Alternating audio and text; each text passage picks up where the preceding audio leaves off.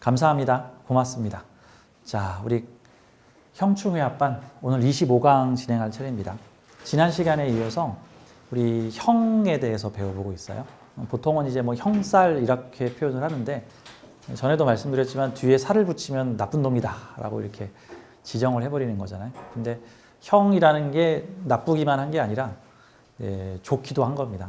산이 높으면 골이 깊을 수도 있는데 산 높은 거 좋아하는 사람도 있고 골 낮은 거 좋아하는 사람도 있고, 근데 산이 높으면 골이 낮은 건 이해를 해야 되는 거고, 그래서 형이라는 작용은 뭐 긍정적 작용을 할 때도 있지만 부정적인 작용을 할 때도 있는 거죠. 그러면은 가급적이면 형의 기운은 긍정적으로 활용할 수 있는 방안들을 우리가 좀 찾아보고 같이 공부를 해보는 게 이제 우리의 방법이라고 생각해요. 제가 전에도 늘 말씀드리지만 이 사주 공부는 운명을 품평해야 하는 공부가 아니라 운명을 어떻게 하면 운명의 인자들을 잘 활용할 것인가를 저는 공부하는 요소라고 보여집니다. 마치 이 형살이라는 것은 요리 간의 재료들 간에 좀 가공이나 성형을 하지 않으면 제대로 된 맛을 내지 않는 형태와 같은 거죠. 하지만 조금만 가공해서 쓰면은 되게 기가 막힌 어떤 음식이 될 수 있는 요리 재료 같은 겁니다. 그러니까 예를 들어서 보거를 먹는다고 할 때 이 보거는 그냥 날로 먹으면 죽죠. 보거한테 독이 있으니까. 근데 그 보거의 독을 제거해주는 조금 복잡한 과정을, 일종의 그것도 형의 과정이죠. 보거의 독을 제거해주면은 생선 중에서 가장 맛있는 생선이 이제 복요리가 되는 거란 말입니다. 약간의 성형 가공을 했더니 기가 막힌 천상의 음식이 되었다.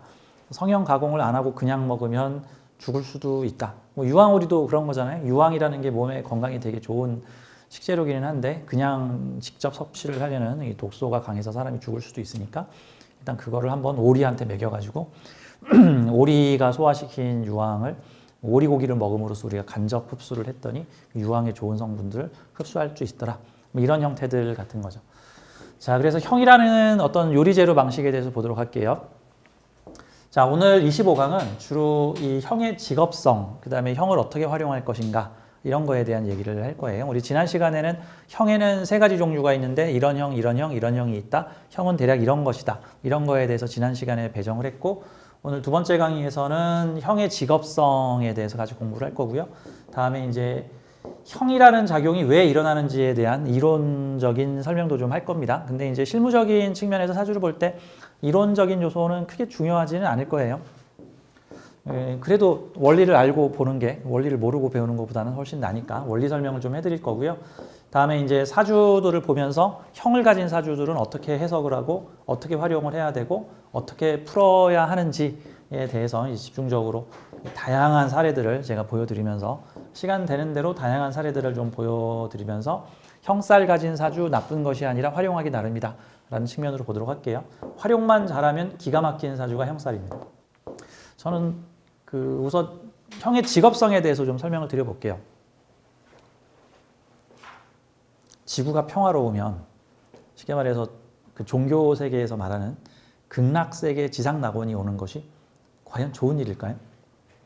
가끔 자신의 직업과 견주어 보면은 자칫하면은 이 세상이 아무런 근심 걱정도 없이 편안하게 다리 뻗고 살 수 있는 지상낙원의 사회가 되면 그거는 누군가한테 지옥이 될 수도 있습니다. 왜 그러냐면 이 지구상에 존재하는, 특히 현대사회에 존재하는 다양한 많은 직업들이 세상이 시끄럽고 어지럽고 뭐가 부족하고 결핍되어 있고 뭐가 문제가 있어서 그걸 해결하기 위한 역할로서 내가 어떤 역할을 맡은 것이기 때문에 세상에 그 어떤 문제도 일어나지 않는 지상낙원이 펼쳐지게 되면 큰 문제가 벌어집니다. 우선 지상낙원이 펼쳐지면 문 닫는 업종들 한번 볼까요? 교회, 절. 지상낙원인데 교회를 왜 가요? 절에 왜 빌러가? 우리 아들 좀 대학 좀 합격하게 해주세요. 왜 해? 학교 갈 필요도 없는데. 그렇죠. 그 다음은 또 문 닫는 게 종교기관. 그 다음에 우리 같은 상담업 다 문 닫겠죠. 뭐 고민이 있어야 상담을 하지. 그 다음에 병원 의료, 뭐 아픈 사람 치료해주고, 뭐 아픈 사람이 없는데. 그렇죠. 그 다음에 농사 짓는 사람들 이제 농사 지어봤자 이제 배고픈 사람들이 없는데 다들 풍요롭고 풍족한데 이제 음식물 덤핑 사태가 일어나겠죠. 자동차, 고급 자동차도 안 팔릴 가능성이 높고 뭔가 법 쪽에서 아마 수많은 백수들이 나타날 거예요. 뭐 판사, 검사 다 필요 없죠. 변호사도 필요 없고 세무사도 필요 없습니다. 그렇게 되면 살아남는 직업이 몇 개나 될까요? 문제가 좀 많아질 것 같아요. 또 그렇게 치면. 그리고 또 요즘에는요. 많은 인류들이 꿈꾸었던, 많은 세상의 인류들이 꿈꾸었던 그 태평성대 시대가 요즘 좀 부분적으로 나타나고 있는데 그것이 또 다른 사회 문제로 나타나고 있습니다. 그게 뭐냐면은 이 중고등학교, 특히 고등학교의 자퇴율이, 학생들의 자퇴율이 단군 건국 이래 최대랍니다. 근데 이 추세가 더 늘어날 기미를 보이고 있답니다. 그 말인즉슨 나 학교 안 다닐래. 학교를 왜 다녀? 아유 공부 잘해서 좋은 대학 가가지고 취업 잘해서 잘 먹고 잘 살아야지. 그럼 지금 잘 먹고 잘 살고 있는데 왜 공부를 잘해야 돼? 왜 대학을 가야 되는데? 취업을 왜 하는데? 취업 안 하면 안 돼? 아유 엄마 아빠 부자잖아. 나 그냥 엄마 아빠 돈 받아가지고 살래. 나 그냥 용돈 넉넉히 줘. 아유 용돈 안 주신다고요? 알았어. 그러면 그냥 아껴서 쓸게. 요즘에 이런 사람들이 되게 많아졌는데 저도 상담을 하다 보면은 이런 자녀를 둔 부모님들이 저에게 와서 어찌 이럴 수가 하면서 상담을 하시는 경우들이 많은데 마인드 자체에서 이 부모 세대는 60년, 70년, 80년대의 사고방식을 담고 있어요. 뒤처지면 죽는다. 경쟁에서 뒤처지면 생존의 위협을 받는다. 그렇기 때문에 성공해야 한다. 뭐 이런 형태로 사람들이 훈련 지어왔고 그거를 충족시키는 형태로 사람들이 열심히 살았는데 사실 우리가 열심히 사는 이유는 뭘까요? 글쎄 뭐 여러 가지가 있겠지만 뭐 어떤 사람들은 나중에 다리 뻗고 걱정 없는 세상을 살려고 근심 걱정 결핍 없이 모든 것이 풍요로운 그래서 뭔가 성공을 위해서 돈을 벌기 위해서 달려갈 필요 없는 세상 옛날에 도가의 사람들이 꿈꾸던 바로 그 무릉도원 근데 드디어 그런 세대가 나타났습니다. 요즘 학생 세대 중에 그런 세대들이 많이 나타나는데 일단 학교 선생님들도 당황을 하고 있고 그런 자녀를 만난 부모들도 당황을 하고 있습니다. 왜? 그 전까지만 해도 매우 당연스럽게 여겨졌던 거를 당연스럽게 생각하지 않는 거죠. 특히 예전 세대에는 사람으로 태어났으면 남녀가 만나서 반드시 교접하고 생육하고 번성하고 아이 낳고 그래서 옛날에는 주로 아유 떡두꺼비 같은 자식을 한 넷은 낳아서 행복하게 살고 싶어요 그랬는데 요즘식으로 치면 아이를 낳으면 안 행복해요. 그리고 결혼을 하는 것도 안 행복해요. 나 지금이 좋아요. 결혼을 왜 해요? 자식을 왜 낳습니까? 이제 이런 상황. 근데 이제 이거를 우리 같이 60년, 70년, 80년대 생들은 도통 이해를 못 하겠는 거죠. 그러니까 요즘 이제 90년대생과 00년생, 특히 00년, 특히 이제 10년생, 2010년생들 같은 경우. 2010년생들은 아직 어리고, 이제 00년생들이죠. 00년생들이 지금 중고등학교와 사회 초년생들이 됐는데, 이런 뭔가 어떻게 보면 무기력증이고, 어떤 면에서는 저 사회 무기력증이고, 어떤 측면에서는 무릉도원을 만난 거죠. 굳이 경쟁을 해야 될 필요도 없고 뭐 굳이 열심히 살아야 될 이유도 없고 사실 그 열심히 살고자 하는 원동력이 대부분 결핍에서 나오는 이기 때문에 이 결핍이 해소가 되고 나면 굳이 열심히 살 필요가 없으니까 어떻게 보면 좋은 일인 것 같기도 하고 세상 맘 편한 사람들인 것 같기도 뭐 어떻든 그런 요소로 가지고 있는 것 같아요. 그런 요소로. 자, 형이라는 거는요 뭔가 이빨이 딱딱 안 맞는 것을 이빨로 만드는 겁니다. 그러니까 어떤 측면에서는 얘가 조금만 이랬으면, 얘가 요거 조금만 저랬으면, 얘가 조금만 저랬으면, 얘가 조금만 저랬으면 하는 것들을 맞춰가는 균형을 해소시키려고 오락가락하는 과정 중에 원동력이 생기는 사주예요. 원동력이 생기는 사주. 여러분들은 저기 배터리 같은 거 살 때, 이제 보조 배터리 같은 거 구입하실 때 이왕이면은 같은 사이즈인데 고성능 배터리를 사기를 원하시죠. 보통 우리가 알고 있는 흔한 알카라인 건전지 옛날에는 흔하지 않았는데 요즘 아주 흔하죠. 똑같이 생긴 건전지인데 용량이 한 2배, 3배 정도 들어있어서 이제 고성능 건전지라고 우리가 이제 표현을 하는데 자, 보조 배터리도 같은 사이즈인데 용량이 한 5배, 10배 뭐 전압도 막 65W, 100W를 내는 고성능으로 밀어내는 배터리가 있습니다. 근데 그 배터리의 비유를 하자면요. 힘이 센 배터리는요. 그 배터리의 속을 뜯어보게 되면요. 지옥을 담은 배터리입니다. 힘이 센 배터리라는 건 한마디로 그 안에 지옥이 들어있다는 겁니다. 배터리의 힘을 더 세게 만들려면 그 지옥을 더 강한 지옥으로 만들면 됩니다. 그래서 이게 배터리의 원리가 그 안에 음전자를 한쪽으로 확 몰아놓고 한쪽은 음전자가 없고 한쪽은 음전자를 과밀하게 집어넣으면 과밀화된 곳의 음전자가 반대편으로 튀어나가려고 하는 힘이 전압이 되고 전류가 되는 거예요. 그렇죠? 그러면 아주 과도하게 음전자를 한쪽에다가 과다하게 몰아놓으면 아 우리 죽을 것 같아 우리 좀 살려줘 하고 음전자들이 부딪히고 부딪히다가 아 드디어 문이 열렸다 이제 거기서부터 전기가 흐르는 거고 반대편으로 튀어나가는 힘이 바로 전류, 전압이 되는 거죠. 그러니까 그게 일종의 결핍을 강하게 느낄수록 그 결핍을 해소하려고 하는 에너지가 매우 강하게 작동하는 거예요. 그러니까 이 사주에서도 일종의 형살이 동하고 있다라는 것은 어떤 뭐 목생활을 하던 금생수를 하던 어떠한 에너지와 에너지의 교류의 과정을 뭔가 이렇게 좀 묶어놓고 길을 확 트이게 안 해놓은 거와 같은 거예요. 꼭 병목 현상이 나타나는 도로라든가 무슨 일을 해야 되는데 몇 가지 절차들을 거쳐야 되는 과정이라든가 그러지 않으면은 너의 욕구가 해소될 수 없어. 목생화 시원하게 안 해줄 거야. 뭐 금생수 시원하게 안 해줄 거야. 금극목 시원하게 안 해줄 거야. 뭐 이런 형태와 같은 거죠. 그래서 그 형태를 해소해 나가는 과정을 즐기는 게 바로 형살 많은 사주의 특징이다라는 겁니다. 그래서 일단 사주에는 크게 그 형살에는 세 가지 종류가 있다고 지난 시간에 말씀을 드렸어요. 크게는 인사신 삼형 계열들하고 세 가지 글자가 모두 모인 완벽한 삼형도 있고 세 가지 글자 중에 두 글자 정도만 모여있는 50% 정도 효율을 가지고 있는 형살도 삼형도 있을 수 있다. 뭐 이렇게 보이는데 반형이라는 말은 안 써요. 삼합, 반합 이렇게 쓰는데 형은 삼형, 뭐 삼형의 일원, 그냥 형 이렇게 얘기를 하지 뭐 반형 이렇게는 표현을 따로 하지는 않습니다.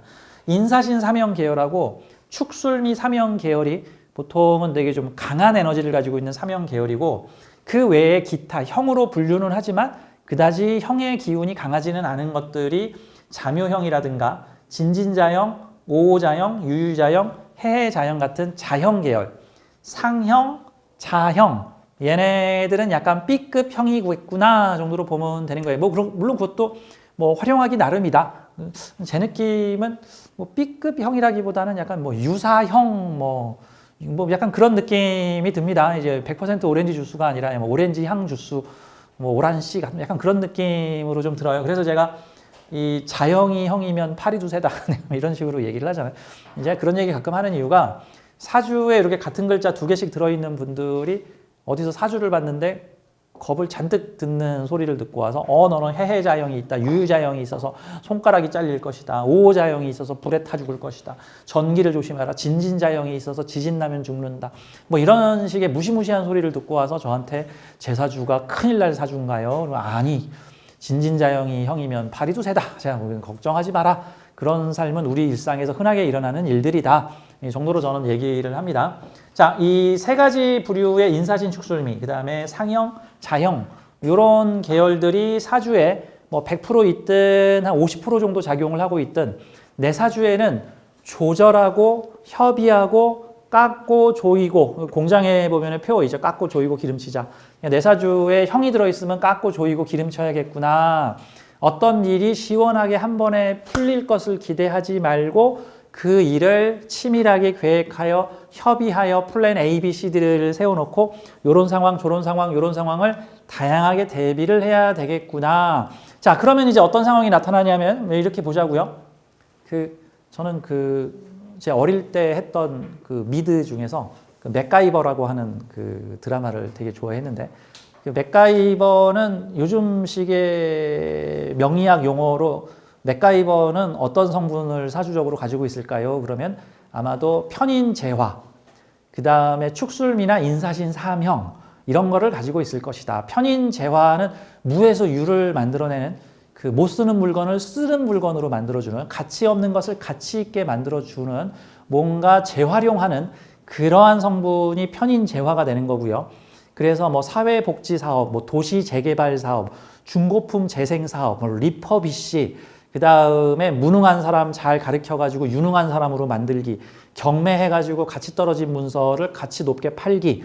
자, 이렇게 어리석다고 놀림받던 사람을 데려다가 잘 교육을 시켜서 훌륭한 장군으로 키우기. 이런 것들이 일종의 편인재화적 성향인 거고, 그다음에 인사신이나 축술 및 사명은 이빨이 딱딱 안 맞던 것들을 어떻게 몇 가지 작업을 통해서 작동이 되게끔 에너지가 흐르게 기가 흐르게끔 하는 거. 그래서 이 맥가이버는 투수작전을 하다가 늘 어디 위기에 처하거나 고난에 처하거나 어디에 갇히거나 하면은 거기 있는 도구들을 여기 주섬주섬 모아가지고 이리저리 붙이고 째고 어쩌고 저쩌고 했다 갑자기 폭탄이 만들어지고 고장난 자동차가 다시 달리기 시작하고 도로가 없는데 철길 위에 올려다 놓으니까 기차처럼 움직이고 뭐 다리에서 뭐 죽을 위기에 처했는데 알아서 다리를 고치고 폭탄을 해체하고 하는 등등의 임기응변을 뛰어나게 발휘하는 형태들이 나오죠. 자, 그러면은 그 맥가이버라는 드라마를 볼 때 맥가이버 앞에 과연 저 난제를 풀 수 있을까를 이렇게 흥미진진하게 보고 어떤 면에서는 그 맥가이버라는 인물이 정말로 존재를 한다면 그거를 즐기는 것 같아. 내한테 편한 일 갖고 오지 말고 좀 말도 안 되는 거 갖고 와봐. 내가 그거를 작동되게 해버릴게. 같은 거죠. 그거를 즐기는 듯한 느낌이죠. 저는 중고등학교 때 음악신동 소리를 내 자랑을 좀 하자면은 다른 친구들은 다 악보를 보면서 피아노를 치고 리코더를 부는데 나는 악보를 보면 잘 못 치고 그냥 들으면 쳤어. 들으면. 난 이제 그 재주가 내세울 수 있는 재주니까 어디 뭐 놀러 나가든가 야유회 같은 데 가면 기타 하나 들고 가든가 어디 장소에 가서 피아노가 있으면 야, 너 무슨 노래 좋아해? 내가 쳐줄게. 그럼 야, 악보도 없는데 어떻게 쳐? 난 그냥 쳐. 그래, 야, 팝송 무슨 노래 칠 수 있어? 아, 알았어. 예스터데이 내가 쳐줄게. 레디비 내가 쳐줄게. 뭐 이런 것들 그런 걸로 자랑을 그냥 내 식대로 막 치는 거죠. 대신 이제 정식 악보로 보는 사람이 뭐야 유수 지 맘대로 치잖아. 약간 이런 느낌이지. 이게 일종의 임기응변을 즐기는 거죠. 내가 못 칠 것 같지? 나는 그냥 듣기만 하면 처음 듣는 노래 그냥 들으면 난 칠 수 있어. 뭐 악보를 모른다고 내가 악보 그려줄게. 이런 등등의 느낌. 형살이라는 것은 마치 그런 식으로 이빨이 딱딱 안 맞는 것들을 이빨을 맞추게끔 만들어내는 직업성의 아주 놀라운 능력을 활용할 수 있고 이러한 것들을 직업으로 활용을 하게 되면은 내 사주에 내 운명에 형살의 기운이 많이 동할수록 사건, 사고, 소송, 송사에 시달리는 게 아니라 사건, 사고, 소송, 송사가 일어날수록 내가 밥 먹고 사는 거야. 보세요. 만약에 여러분들이 무슨 상담소를 차렸다고 해봐. 만약에 선생님이 심리상담소를 차리고 타로 상담소를 차리고 여기 지금 보니까 여기 다 형살 나야지 잘 먹고 잘 살 사람들이 여기 형살이 나야지 상담이 잘 되죠. 선생님은 사람들이 좀 어디 아픈 데가 좀 있어야 내가 이거 고쳐주죠.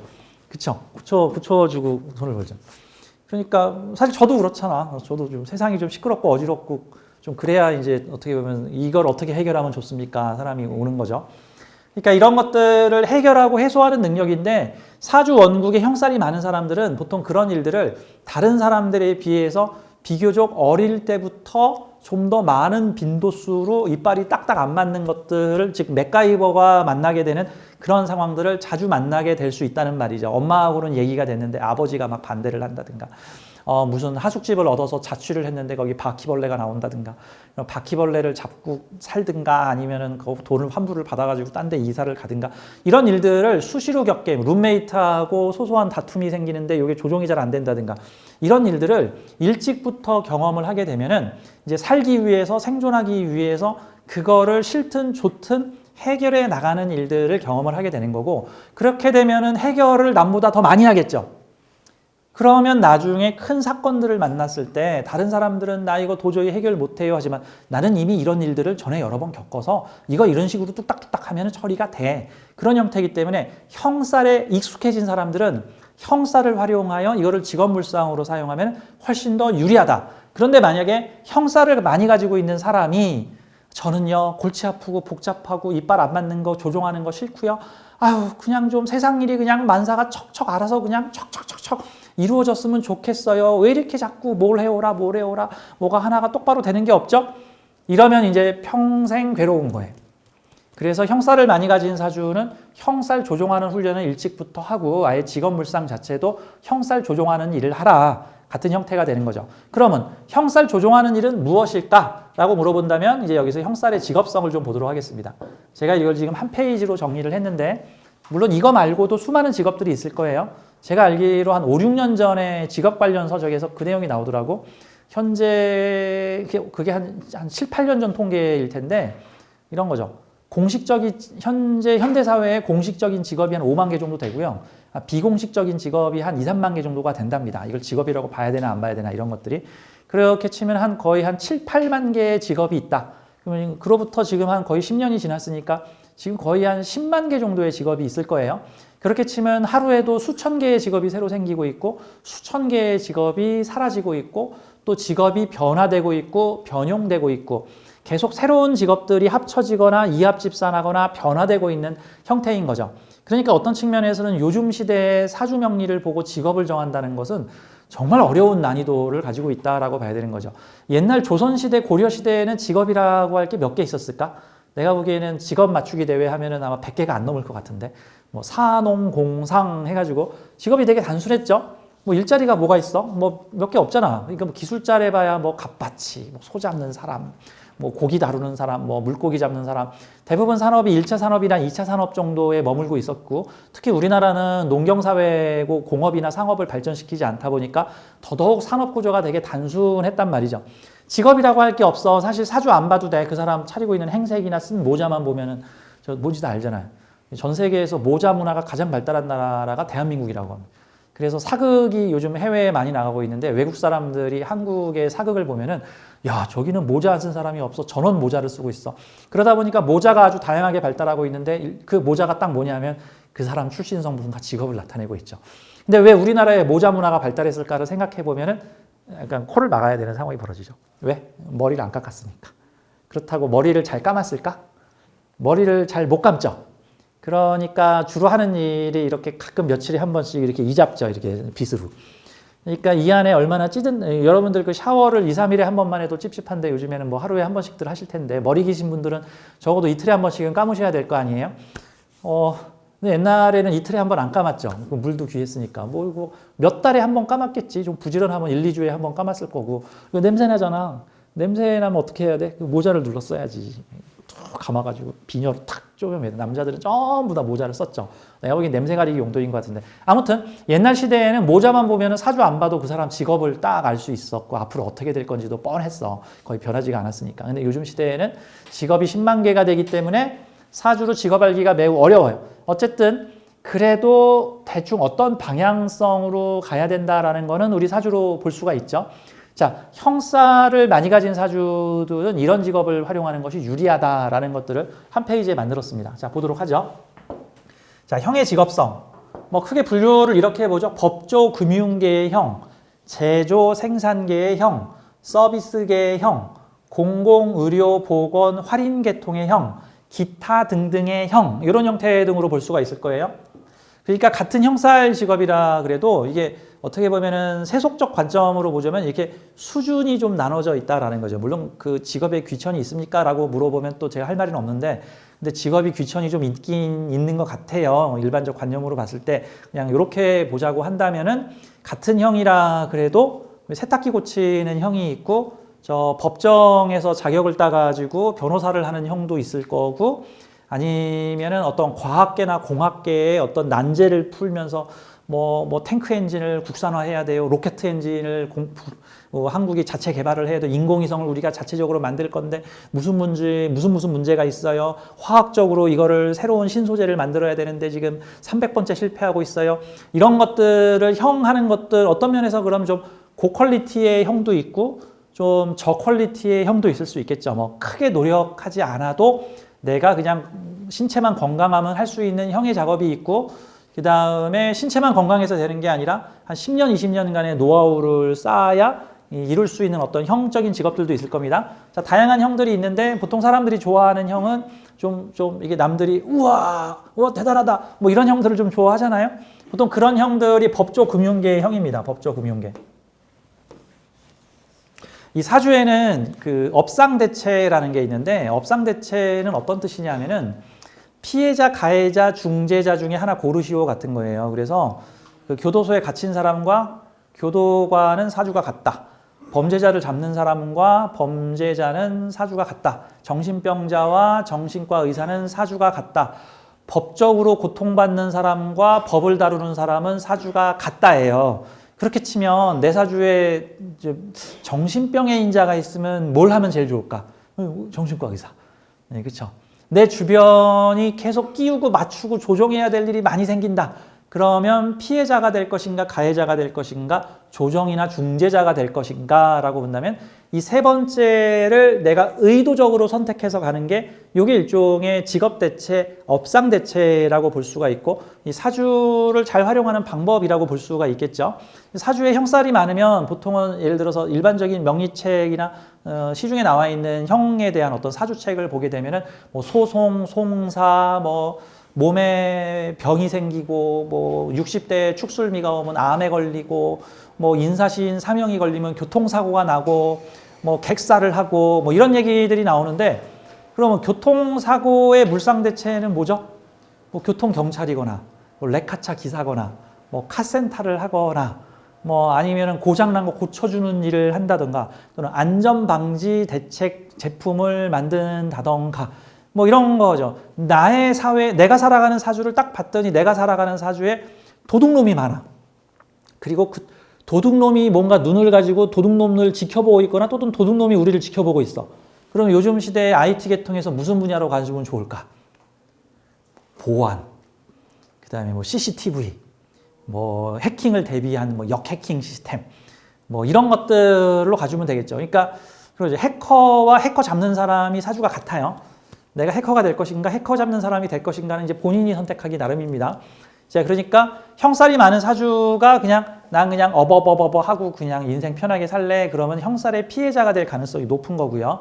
형살을 많이 가지고 있는 사주가 나는 적극적으로 형살을 이용하거나 활용하는 직업적 물상을 가질 거야 라고 하면 돼요. 그래서 이 명리학에서는 이 총론 법칙이라는 게 있습니다. 형살이 많으면 형살 총론의 법칙이 있는 거고 관살이 많으면 관살 총론의 법칙이 있는 거예요. 그러니까 관성이라는 건 나를 이래라 저래라 하는 존재가 되는데 내가 가정에서 발휘를 하면 가정에서 자꾸 나한테 이래라 저래라 하는 존재들이 많죠. 자식이 나한테 이래라 저래라, 엄마가 나한테 이래라 저래라 하고, 남편이 나한테 이래라 저래라 하고, 뭐 내 동생이 와서 이래라 저래라 하고, 뭐 이런 형태들이 나눠지는데 차라리 근데 이래라 저래라를 가정에서 받는 것보다 차라리 직장에 나갔더니 내가 서비스 센터, 백화점, 마트에 고객 상담실에 있었더니 이 손님 저 손님 와서 물건이 왜 이 모양이냐, 사장 나오라 그래라, 환불해달라, 나한테 이래라 저래라 하는 사람이면 네 감사합니다, 환불해주고 나 돈 벌잖아. 그거는 좀 생산적인 거잖아. 근데 집에서 싫은 소리 들었는데 돈 안 줘.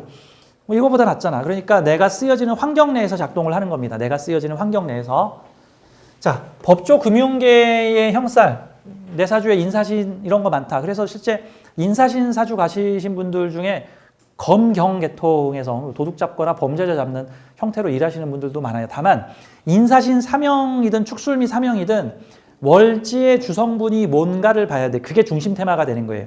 인사신 사명인데 월지가 비겁일 수도 있고 관살일 수도 있고 뭐 재성일 수도 있고 식상일 수도 있는 거야. 그러면 식상을 기반으로 한 인사신 사명 또는 관성을 기반으로 한 인사신 사명 또는 비겁을 기반으로 한 인사신 사명. 같은 인사신이라 그래도 다양한 종류의 인사신이 나올 수 있는데 특히 가장 무서운 게 관성, 특히 편관을 기반으로 한 인사신 사명이 벌어지게 될 때는 편관은 비겁을 강제로 어떻게 할 수 있는 힘을 가지고 있는 형태니까 그렇게 되면 어떤 권력성, 내가 권력의 지배를 당할 수도 있는데 내가 권력으로 남을 지배하는 계통으로 가주는 게 차라리 내가 맞기만 하고 때릴 수도 있지. 약간 이제 그런 느낌으로 이제 갈 수도 있겠죠. 자, 그래서 예를 들어서 관성이나 인성 형태에서 인사신 사명이 벌어진다고 한다면, 즉 월지가 관성이나 인성 형태라고 한다면은 이 법조 금융계의 형이라고 보면 되는 거예요. 자, 법조 금융계도요, 법을 깔고 앉아서 발현하는 사람이 있고, 법을 깨기 위해서 법과 싸우기 위해서 사명을 벌이는 사람들도 있습니다. 그럼 월지가 식신상관이면서 관성과 싸우고 있는 형태는 주로 제도권과 투쟁하는 뭐 인권 변호사라든가 뭐 아니면은 억울한 누명을 쓴 사람을 돕는 사람이라든가 아니면 주로 범죄자의 편을 들어서 그들이 최대한 처벌을 좀 적게 받게끔 노력해주는 뭐 그런 형태. 그래서 관과 싸워서 관과 협상해야 되는 형태들이 될 수 있는 거고 월지가 아예 관성이어버리면은 내가 그 관에 앉아있는 사람이다라고 볼 수 있겠죠. 내가 관에 앉아있는. 예를 들어 변리사 같은 경우에는 특허 심사관들을 설득해서 특허가 나올 수 있게끔 해주는 역할을 대리하는 거죠. 근데 만약에 그 사람이 관성을 강하게 깔고 앉아있으면 내가 바로 특허 심사관이죠. 그런 형태도 될 수 있죠.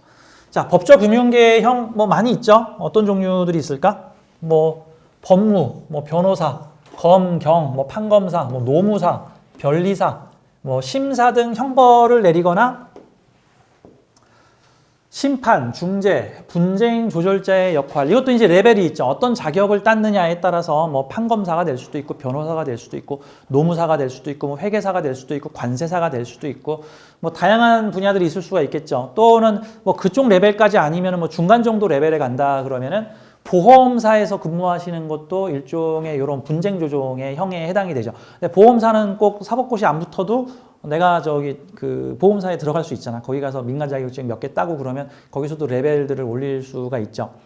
그래서 뭐 분쟁 조정자 역할, 이 보험사 중에서도 이제 가장 보험 상담사나 뭐 보험 영업사원 같은 경우도 법에 대해서 좀 어느 정도 알아야 되는 형태들이 있고 또 이 보험사하고 같이 일하는 그런 회사들이 있죠. 그 보험사에서 사건이 잘 원만하게 해결이 안 되면은 그 다음 단계에서는 그분 누구더라? 갑자기 생각이 안 나네. 중간에서 이렇게 중재를 해주는 어떤 전문가들이 있습니다. 그들하고도 해결이 안 되면 그 다음 세 번째는 이제 법정으로 가게 되는 거거든요. 소송으로 가는데 아무튼 그런 식으로 중간에서 분쟁 조절하는 사람들 이런 것도 되죠. 자, 보험, 보상, 사고조사, 세무회계, 금융조정, 정책조정, 부서 간의 이견 조정, 행정 조정 등을 할 수 있다. 이런 경우는 형사를 적극적으로 활용하는 직업성이 되는 건데 굳이 형사를 직접적으로 조종하지 않더라도 보통 사주에 형살이 많았는데 일반 직장에 들어갔다. 그럼 보통은 직장에서 조정할 일이 많이 생겨요. 그러면 차라리 그거를 직업물상으로 푸는 게 좋아. 그러니까 생산부와 영업부를 모아가지고 아침마다 회의를 해야 되고 내가 지금 여행사 직원으로 있는데 그 지금 여행객들과 여행사의 스케줄을 막 조정을 해야 되고 그 다음에 내가 유통회사에서 뭐 물류 관련된 일을 하고 있는데 지금 물건 언제 들어오는지 확인해서 고객들한테 물건 언제 갈 수 있습니다 라고 조정해줘야 되고 며칠까지 어디로 보내주세요 가능합니까? 그러면 내가 제조사에 전화해가지고 며칠까지 물건 나오는지 확인해서 중간에서 연결해주는 협의 조정 같은 이런 역할들을 직장에서 해줄 수가 있겠죠. 근데 이왕이면 예를 들어서 직장에 갔는데 형사를 조정한다고 해서 뭐 내가 돈을 더 받는 것도 아니고 일만 많아져. 이러면 피곤하지. 차라리 형사를 적극적으로 조정하는 일로 내가 더 가치 있게 뭐 보수를 더 받는다든가 해주는 게 좋겠죠. 예를 들어서 학교 선생님인데 사주에 형살이 많아. 그랬더니 어떤 일이 생기냐 했더니 나는 가서 수학만 잘 가르치려고 했는데 자꾸 나를 학폭위원회에 넣어가지고 학교에 분쟁만 생기면은 이 선생님이 학폭위원회를 소집을 해가지고 애들을 이렇게 가해자와 피해자를 조정중재하라. 이런 일이 자꾸 생기는데 내가 공립학교 교사다 보니까 학폭위원회 때문에 집에를 못 가도 뭐 월급은 똑같아. 다른 학교로 갔더니 거기서도 또 나한테 무슨 위원회, 무슨 조정위원회, 무슨 심사위원회, 뭐 무슨 분쟁위원회 이런 거 만들어가지고 자꾸 나보고 이거 협의 조정하는 일을 하래. 이럴 수 있는 거지. 그럼 차라리 그냥 협의 조정하는 거를 본업으로 하는 직업으로 갖는 게 더 나을 수도 있다. 자, 이런 측면으로 보면 되는 거죠. 자, 법조 금융계의 형도 있고 되게 다양한 분야가 있습니다. 제조 생산계의 형, 이건 되게 무난하게 쓸 수 있는 건데 한마디로 껍데기를 바꾸고 형태와 모양을 바꿔주거나 가공, 성형하는 모든 단계들은 다 형 에너지가 들어간다라고 볼 수 있죠. 특수 기술직, 대표적인 게 옛날에는 사주에 형살이 있으면 공장 가서 프레스, 뭐 선반, 뭐 판금 이런 얘기들을 많이 했었어요. 이런 거 하라. 뭐 프레스, 판금, 성형, 가공, 선반, 뭐 수선, 뭐 수공예, 목공예, 그 뭐 목수 이런 것들도 형태를 바꿔가지고 의자로 만들고 목탁도 만들고 식탁도 만들고 뭐 판잣대기를 뚝딱뚝딱 했더니 이게 이것도 되고 저것도 되고 하는 성형 가공적인 요소들도 이것도 일종의 형살 기운이 된다. 근데 왜 이런 형살을 직업으로 쓰는 게 좋아요? 라고 물어보면 이거를 직업물상으로 쓰면 다른 데에서 탈이 안 나요. 근데 직업물상으로 안 쓰는데 형살 에너지가 계속 동하게 되면 건들면 곤란한 데서 자꾸 건드는 일들이 벌어질 수 있죠. 내 건강에 대한 문제. 가족 간의 분쟁이 자꾸 발생한다든가 거래하는 사람들 어떤 친목 모임에 들어가서 좀 재밌게 보내려고 했더니 거기서 자꾸 조정 협의할 일이 생기거나 시비가 걸리거나 하는 일들이 생길 수가 있다는 거죠. 그러니까 원치 않는 곳에서 형살이 나타나지 않게 하려면은 의도하는 곳에서 내 계획과 통제 하에 형살이 일어나게끔 해주는 게 훨씬 유리하다. 왜? 형살 총론의 법칙이 작동을 하고 있으니까. 그러면 사회에서 형살 푸는 일을 직업화하면 집에 오면 편안하다. 자식 문제 별 걱정 없다. 부모 갈등 크게 일어나지 않는다. 친목 관계에서의 인간관계 갈등 이런 건 안 나타났으면 좋겠잖아. 친목회 갔는데 거기서 내가 친구끼리 싸우는 거 조종하고 있으면 얼마나 피곤해. 직업도 아닌데. 그러니까 이제 그런 것들을 좀 줄일 수가 있는 형태들이 될 수 있는 거죠. 뭐 목수, 토목, 건축, 인테리어, 뭐 뜨개질, 재단 이런 건 취미로도 할 수 있죠. 뭐 조각, 조경, 뭐 원예, 분재, 엔지니어, 기획, 설계 등등도 일종의 형살 직업에 해당이 된다. 이렇게 볼 수가 있는 겁니다. 다음, 서비스 계통의 형들을 볼 수 있죠. 서비스 계통은 뭐 일반적인 자영업에서 많이 나타나는 형상들이죠. 뭐 대표적으로 여행사 같은 거. 이거 일정 조정해주는 일들이 하루 종일 하는 일들이잖아요. 일정 기획, 조정, 뭐 무슨 항공편을 갖다가 만들기 위해서 A 루트, B 루트, C 루트를 조정 협의하는 것 등등. 그 외에 이제 비서도 있을 수 있죠. 뭐 예를 들어서 좀 회사에 높으신 분의 비서로 있는데 이분의 스케줄 조정을 내가 쭉 해줘야 돼. 아무개는 3시에 미팅, 아무개는 4시에 미팅, 5시에는 어디 방문, 6시에는 누구 방문. 뭐 이런 것들을 협의 조정해주는 일들도 일종의 뭐 비서가 하는 역할들이죠. 자, 뭐 꽃꽂이, 요 플로리스트라 그러죠. 요즘에는. 처음에는 이런 모양이었는데 내가 이렇게 칼질과 가위질로 이렇게 꾸미고 좀 가공을 해주니까 뭐 3만 원짜리 꽃을 10만 원에 팔 수 있게 되었다. 뭐 이런 것들도 일종의 이 플로리스트와 관련된 뭐 예식장 꽃 다루시는 분들, 뭐 어디 납품업체에다 꽃을 만드시는 분들, 이런 분들도 일종의 성형 가공적인 요소죠.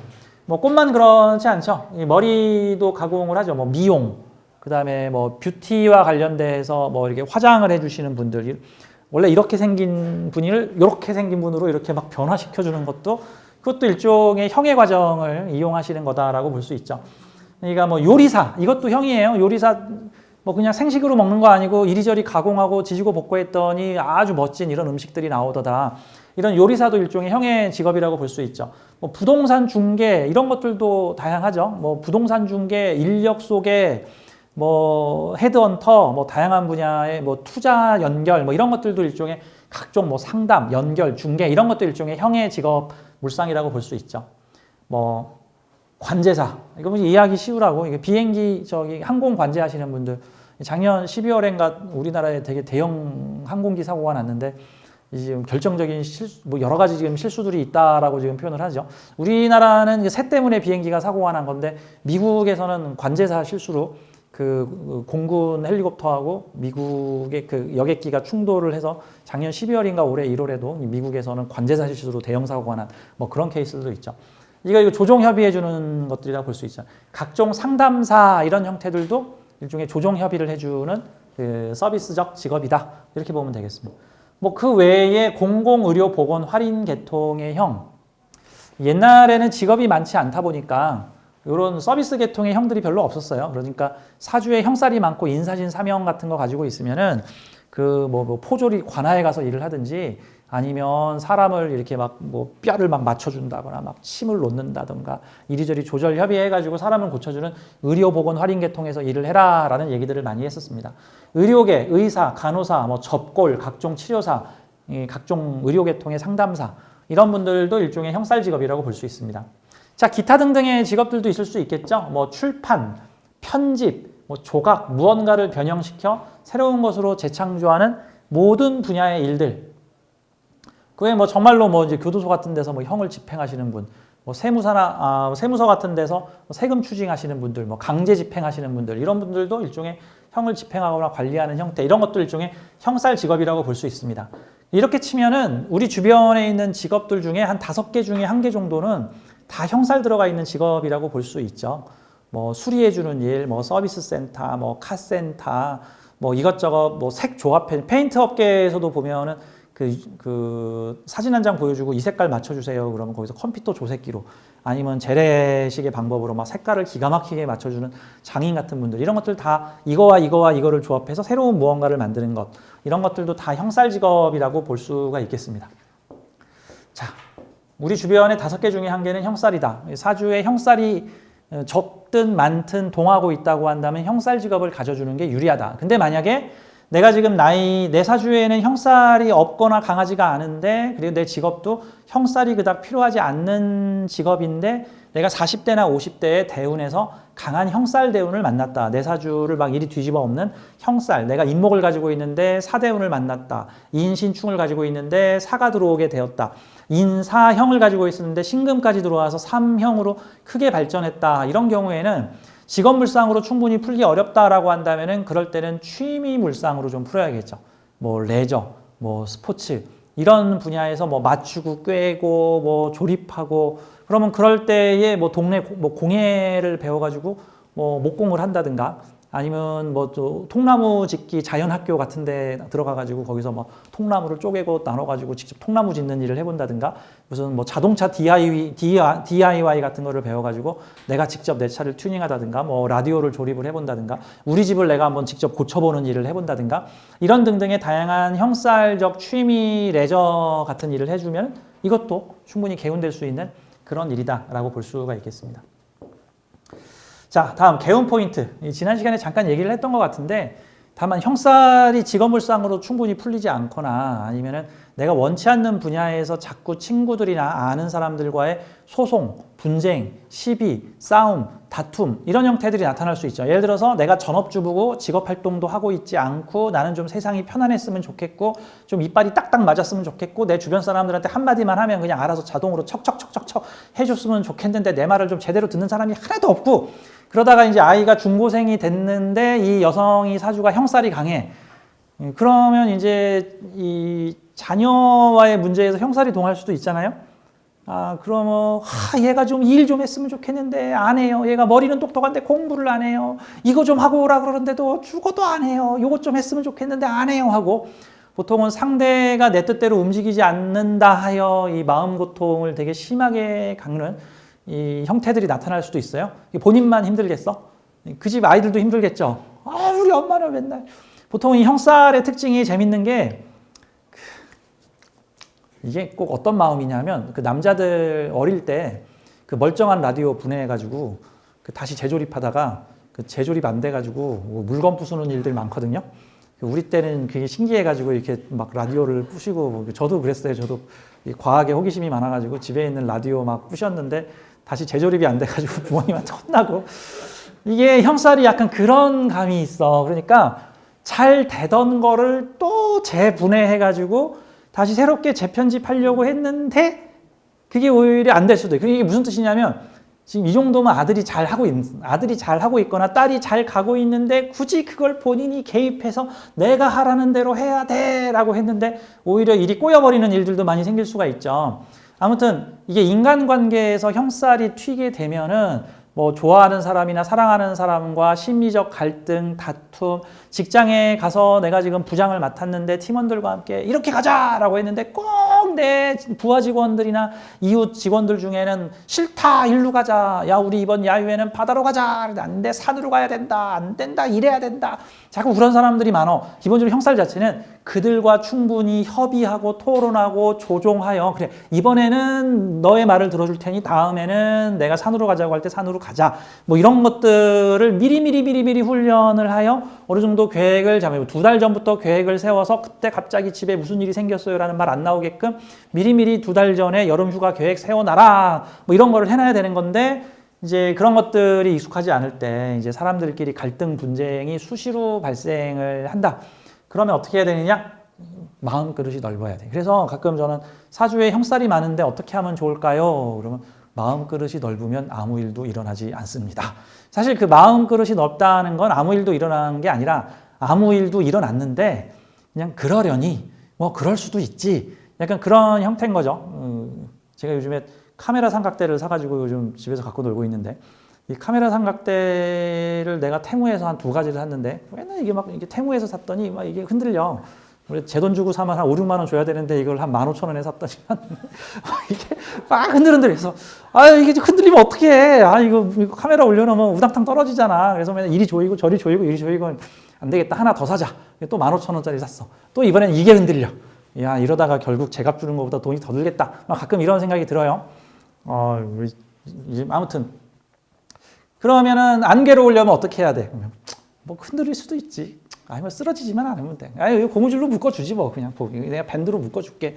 약간 그런 느낌이죠. 그러니까 마음 수양, 인격 수양, 타인에 대한 이해 양보. 그러니까 사주의 형충이 강하면은 기본적으로 세상이 내 뜻대로 안 돌아간다는 거예요. 그럼 내가 좀 양보하고 상대도 좀 양보시키고 상대가 양보 안 하면 그냥 내가 할 수 있는 일을 최선으로 다 하고 뭐 이런 형태로 뭐가 이빨이 딱딱 안 맞는 것을 내가 받아들이고 수용을 해야 돼. 그러니까 제가 아까 이 시간 첫 시간에 전반부에 얘기했던 것처럼 요즘에 무기력증을 겪는 청소년들이 많다. 그래서 학교를 안 가려고 그러고 대학을 왜 가냐 그러고 직장 취업할 생각도 없고 억지로 등 떠밀어 대학을 보내놨더니 자꾸 휴학을 해가지고 10년째 대학생이고 30대 초반인데도 집에서 칸가루로 앉아있고 근데 마음은 천하태평이고 집에서 만화책 보고 있고 그림 그리고 있고 취업은 안 하고 있고 어머니가 막 속이 그냥 막 부글부글 타오르는데 이런 거 어떡합니까? 이런 상담들이 꽤 많아요 요즘에.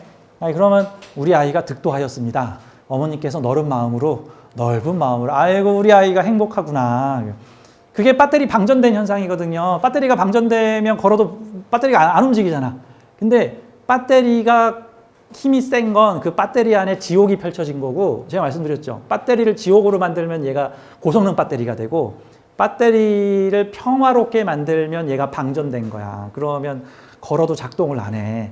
그러니까 사실 배터리를 이용하려는 사람 입장에서는 고성능 배터리가 좋은 건데 그 배터리 자체의 어떤 행복을 위해서라면은 방전된 게 좋을 수도 있어. 그 이 명리학도 궁극적으로 사주 명리에서 추구하는 게 중화잖아요, 중화.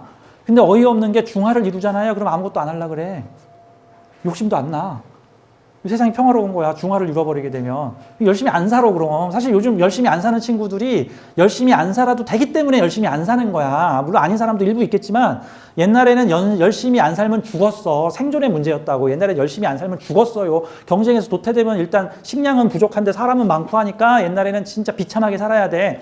하지만 요즘에는 웬만해서 뭐 열심히 안 산다고 해서 굶어 죽지 않아. 나라에서 웬만큼 해서 먹여주고 그다음에 웬만해서 부모들이 어느 정도 쌓아놨어. 단군 건국 이래로 60년대, 70년대, 80년대생 부모 그 2세대들이 아마 대한민국의 지금까지로 보자면 최고의 부를 이룬 시대일 거야. 그랬더니 무슨 문제가 생겨? 이 X세대의 문제가 뭐냐면 위로는 부모를 부양해야 되는데 자식은 나를 부양하지 않는 나는 자식도 부양했고 위에 윗세대도 부양을 했는데 자식은 나를 부양하지 않는 유일한 세대. 그 다음에 대한민국 건국 이래로 유일하게 자식이 부모보다 가난한 세대. 그러니까 왜냐하면 지금 아랫세대들은 부를 안 가진 거야. 오히려 부모들이 죽으라고 살뚱말뚱 해가지고 70년, 80년, 60년대 생들이 살뚱말뚱 해가지고 나라를 그냥 부강하게 만들어놨어. 그러니까 밑에 있는 그 밑에 태어난 아이들은 굳이 열심히 안 살아도 직장 가니까 힘들게 잔소리 들으면서 200만 원을 받는데 그냥 나 집에서 편안하게 있으면 용돈 한 80만 원, 100만 원 받는데 일단은 먹고 사는 게 해결이 되니까 사실 자취해가지고 200만 원 받는 거랑 별거 없어. 아, 그럼 뭐하러 나가서 일해? 그래서 지금 내가 자취를 하면 무슨 5평짜리 방에서 살아야 되는데, 뭡니까? 부모님 집에서 살면은 지금 무슨 뭐 20억짜리 아파트에 살 수도 있는 거고, 무슨 뭐 58평짜리 고급 주택에서 살 수도 있는 거고. 그런데 뭐하러 내가 5평짜리 집에서 싫은 소리 들어가면서 200만 원 받아가지고 숨만 쉬어도 무조건 자취하면 100만 원 나가는데. 이게 이런 형태인 거죠. 그러니까 중화라는 게 사실 마냥 좋은 건 저는 아니라고 생각을 해요. 이제 궁극적으로 우리가 추구하는 건 중화인데 중화를 이루지 못한 사주는 어떤 면에서 그게 배터리를 그 고성능으로 채우는 거야. 한쪽 오행이 편중되어 있다는 뜻은 그 한쪽 오행이 중화를 가기 위해서 힘을 뻗는다는 소리죠. 열심히 사는 거야. 그게 고성능 배터리인 거야. 그냥 요만한 공간에다가 어마어마한 전류를 그냥 발로 막 때려 넣은 거야. 그 불쌍하게. 폭발하기 직전까지 때려 넣은 거야. 가끔 그러다가 폭발하잖아. 그 작년에도 그 비행기에 올해 초인가? 비행기 불났는데 그게 뭐야? 고성능 배터리 불난 거잖아. 너무 많이 집어넣어가지고 자폭한 거잖아, 배터리가. 그러니까 일단 형살은 에너지의 생극 관계에서 시원하게 뚫리게 하지 않고 뭔가를 이리 막아놓고 저리 막아놓고 불안전스럽게 흐르게 해놓은 것을 안전하게 흐르게 하려고 하는 그 힘이 바로 삶의 원동력이다. 그래서 사주에 형살 많으면 형살을 나쁘다고 생각하지 말고 형살을 즐겨라 라고 이제 표현을 하게 되는 거예요. 이거 잘못하면 이게 형살을 한 편 더 해야 될 수도 있네. 빨리 갑시다. 자, 이제는 우리 직업성이 좀 중요해서 이 형살 직업성에 대해서 좀 제가 길게 얘기를 했습니다. 자, 이번엔 형살의 원리에 대해서 좀 설명을 드려보도록 할게요. 형살의 원리. 형살은 어떻게 발생하는가? 그 원리는 뭐냐면은요. 이 원리학적으로 그냥 그런갑다라고 생각하세요. 뭐 깊게 들어갈 필요까지는 저는 없는 것 같아. 방합하고 삼합의 차이에서 형살이 발생을 합니다. 이제 요거를 표를 보면서 이제 하나씩 말씀을 드릴 거예요. 예전에 원광 디지털대학 사이버대 다닐 적에 그 명리학 관련 시험 문제에 요게 나오더라고. 이 방합과 이게 형의 원리에 대해서 설명하시오. 그래서 요것들을 하나씩 보여주면서 이 중에 맞는 말 하나와 틀린 말 4개를 사지선다로 넣어가지고 맞는 설명이 무엇인가. 근데 이제 내용은 방합과 삼합의 차이에서 나타나는 거예요. 이게 용도와 쓰임인데 일단 좀 이게 무슨 말인지 잘 모르실 거예요. 좀 거시적으로 설명을 드리자면 이런 겁니다. 사주 명리학에서는 방합이라는 개념과 삼합이라는 개념이 있는데 방합은 다소 지역적 개념, 좁은 범위의 목적성이고 삼합은 다소 거시적인 목적성, 장기적 측면의 목적성을 가지고 있어요. 그래서 사주가 방합적으로 설명돼 있으면은 일단 단기 목표 획득, 그래서 어떤 특정 분야에 집중, 왜냐하면 계절이 모여 있으니까 인묘진, 사오미 이런 식으로 이런 분야 한 우물을 깊게 파는 거고, 삼합으로 연결돼 있으면 세 개의 우물을 파가지고 이거를 네트워크로 연결시켜서 시너지를 내는 형태들이 되니까 보다 장기적인 계획과 플랜을 가지게 되는 거예요. 그러면 방합과 삼합은 마치 이런 측면으로 한번 보도록 합시다. 자, 사냥꾼들이 모여가지고 사냥 대회를 열었어. 그거는 방합적 측면이야. 왜? 사냥꾼의 이익만을 지금 추구하는 거지, 뭐, 그곳에 사는 뭐 산짐승이나 뭐 농사 짓는 사람들이나 뭐 그곳에 있는 자연 생태계 뭐 이런 건 뭐 내가 알 바 아니니까. 자, 사냥꾼의 이익만 목적으로 하는 거는 방합이야.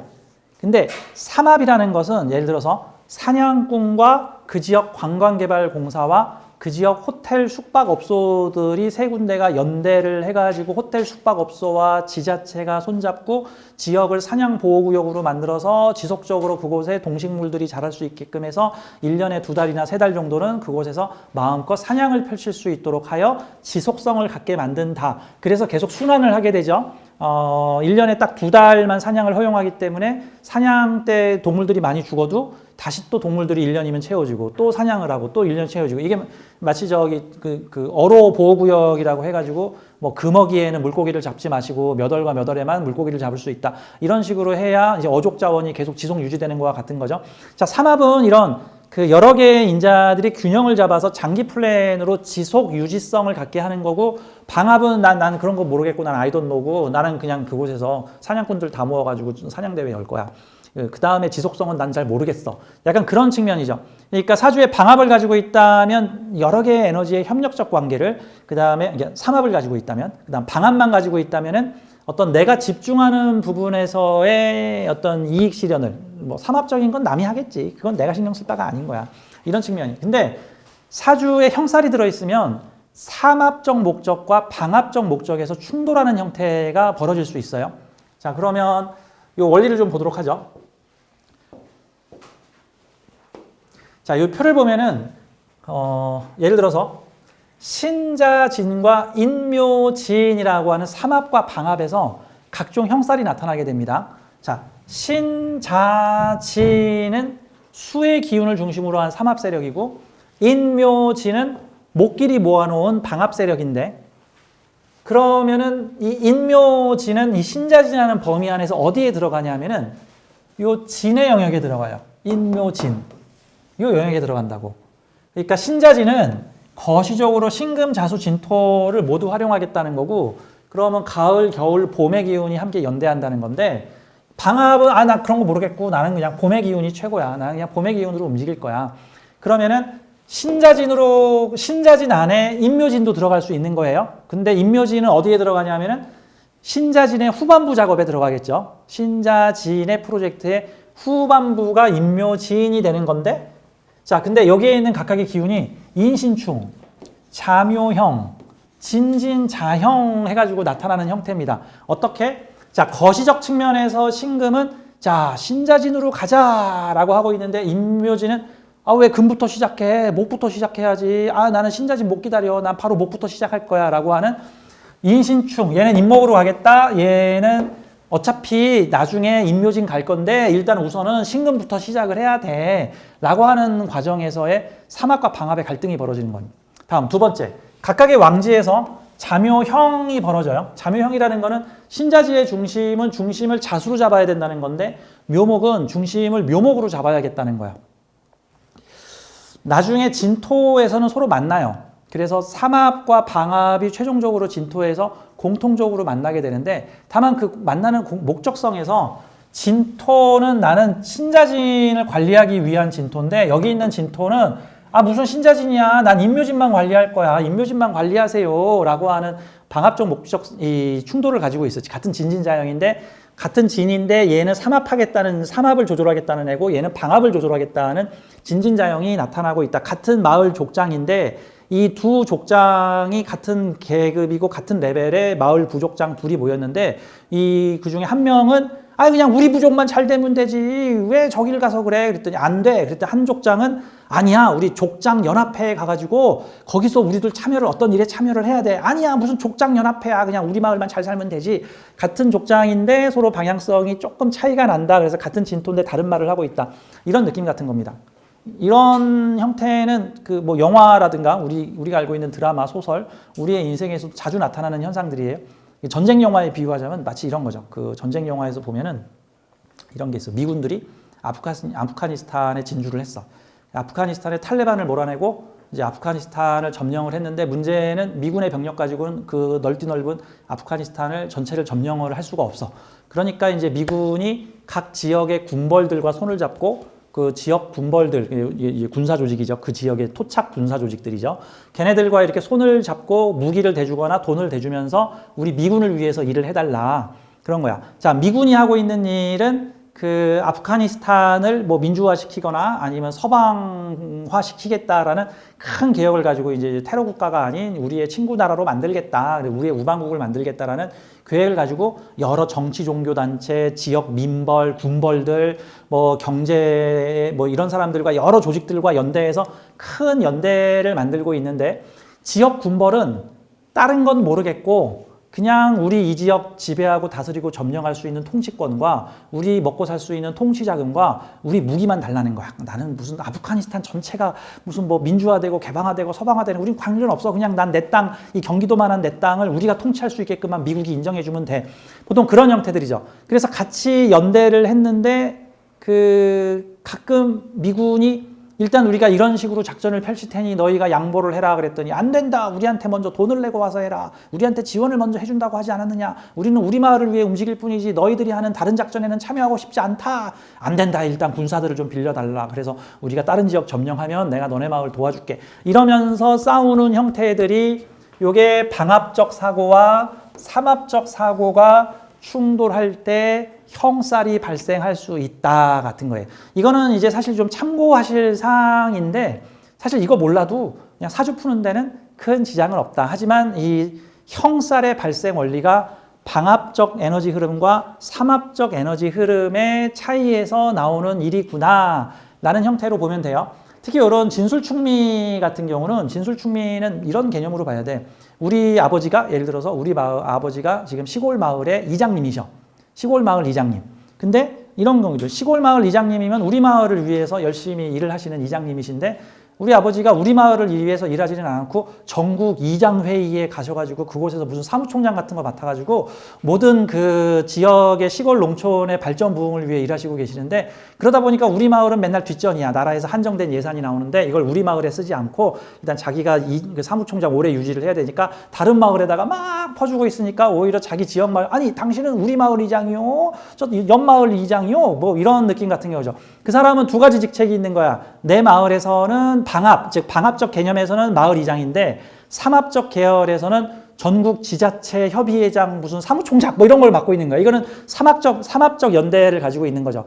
그러면은 나는 이쪽 일도 해야 되고 이쪽 일도 해야 되고 이쪽 일도 해야 되고 이쪽 일도 해야 되고 같은 일인 줄 알았더니 봤더니 좀 달라질 수도 있는 일 뭐 이런 형태들인 거죠. 가령 그 한 20년, 30년 전에 그 호남 출신 최초의 대통령이 당선이 됐어요. 김대중 대통령이 당선이 됐죠. 어떻게 보면 되게 기적 같은 일이었지. 우리나라 역사에 아주 특이한 일이 벌어졌는데 그때 많은 사람들이 걱정을 했어.